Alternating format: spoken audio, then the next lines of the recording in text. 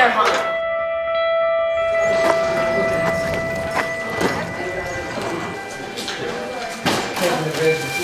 Okay, I'll go.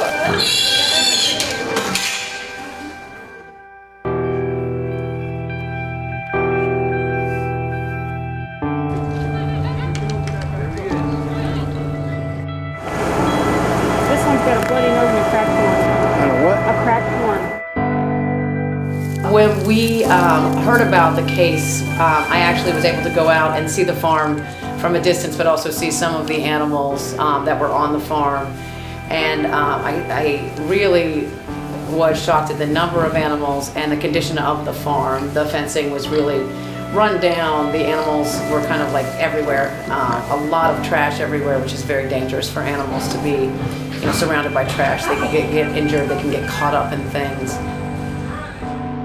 But when we got on the site, one of the things I think that was the most egregious of them all was the state of some of these animals. Because again, you're talking about very young animals, especially who they're just emaciated and clearly weak.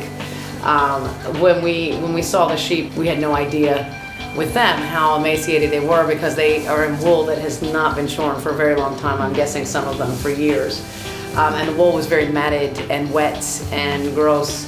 But when we first got to the scene, we just kind of had to assess. The sheep and the cattle, the adult cattle, were way out. This is like a 300-acre property, so they were not visible at that time. We went through and kind of did a triage of who needed to go where. So the goat area, the goats were in all this fencing where they could just go anywhere, so rounding them up was very difficult because there was just no way to contain them. And then we went through the goats, and while we were loading up the goats, one collapsed immediately. And again, that was one of the ones that was severely anemic, and so was very, very weak.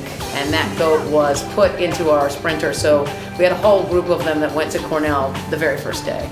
And that included, I think, 18, and of the 18, 7 of them ended up having to stay at Cornell to be treated. Very high parasite loads and severe pneumonia.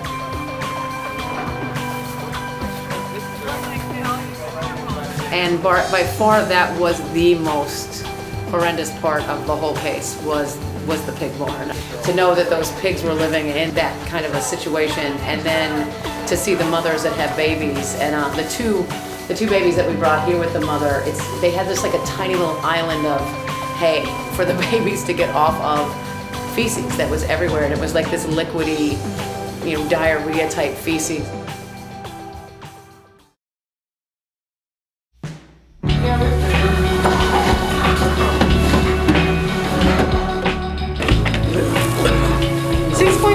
She's really shaky. Just stop.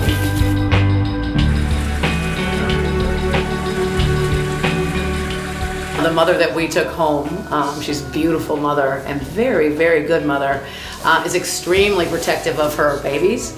And her babies were very, very sick. They had pneumonia, and we're guessing because she only had 2, that the others must have died. We also took in another pig who we're calling Mouse because he looks like a little mouse. He is a 3-legged pig. He's really, really very, very frightened of people. He did go down for his first belly rub this week, which is amazing. He's pretty thin, very thin, and his back right leg is deformed. He's going into Cornell this week to see if the leg is fixable or braceable, but he walks on 3 legs, so he's actually breaking down his other back leg as well.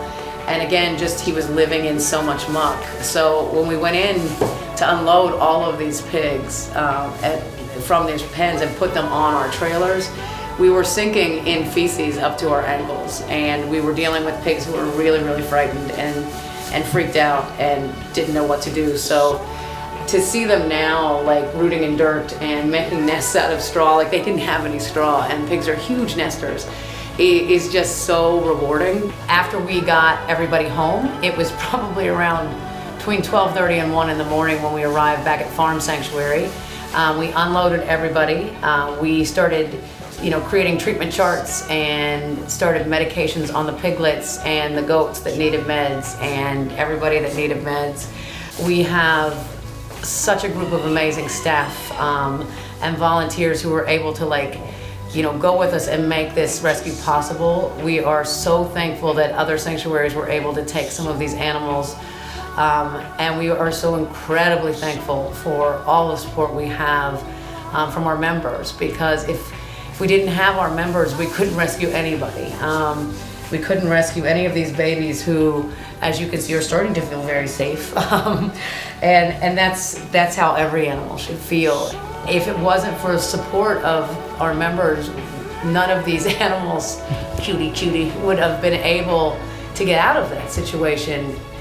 Thank you for everything you do for Farm Sanctuary, from all of these scrawny little goats, and from the pigs, and from the cows, and from our staff.